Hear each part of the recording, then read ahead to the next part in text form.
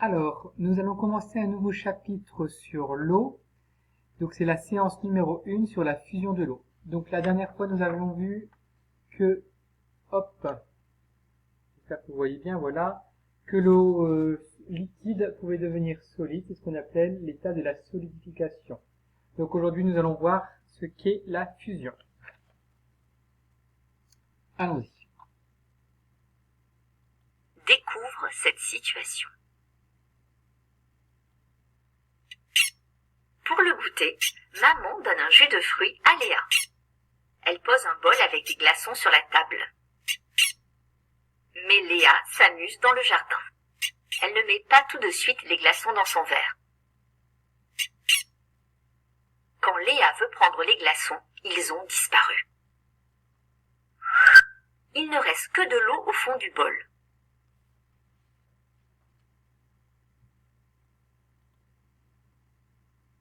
À ton avis, que s'est-il passé?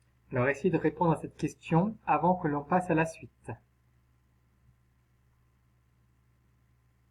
Pour comprendre ce qui s'est passé, réalisons une expérience.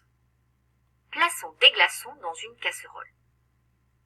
Faisons maintenant chauffer la casserole et observons. Alors attention, il va falloir bien regarder, bien écouter, parce qu'après vous allez avoir un document à compléter également, ici. Donc question numéro 1, il va falloir dessiner l'expérience, d'accord? Lorsque la glace est chauffée. Pour réaliser cette expérience, nous avons besoin de glaçons, d'une casserole et d'une plaque électrique. Commençons par disposer les glaçons dans la casserole. Puis, plaçons la casserole sur la plaque électrique. Après quelques minutes, nous observons que la glace fond. Conclusion, sous l'action de la chaleur, la glace fond et se transforme en liquide. C'est la fusion.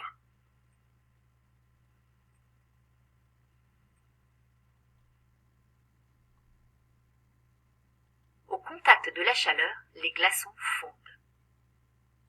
De l'eau apparaît au fond du bol au fur et à mesure que les glaçons diminuent de volume. Les glaçons se sont complètement transformés en eau liquide après quelques minutes. Sous l'action de la chaleur, l'eau a changé d'état. Elle est passée de l'état solide à l'état liquide. C'est la fusion. Donc à partir de maintenant, vous allez pouvoir justement compléter le document ici et dessiner l'expérience que vous venez de voir. Donc vous pouvez mettre sur pause avant de continuer la suite et compléter le document. À quelle température le glaçon devient-il de l'eau? Alors, est-ce que vous savez répondre à cette question, d'après vous? Lorsque le glaçon devient de l'eau liquide, à quelle température ça se passe? Est-ce que vous le savez ou pas? Regardons. Pour le savoir, observe ce document.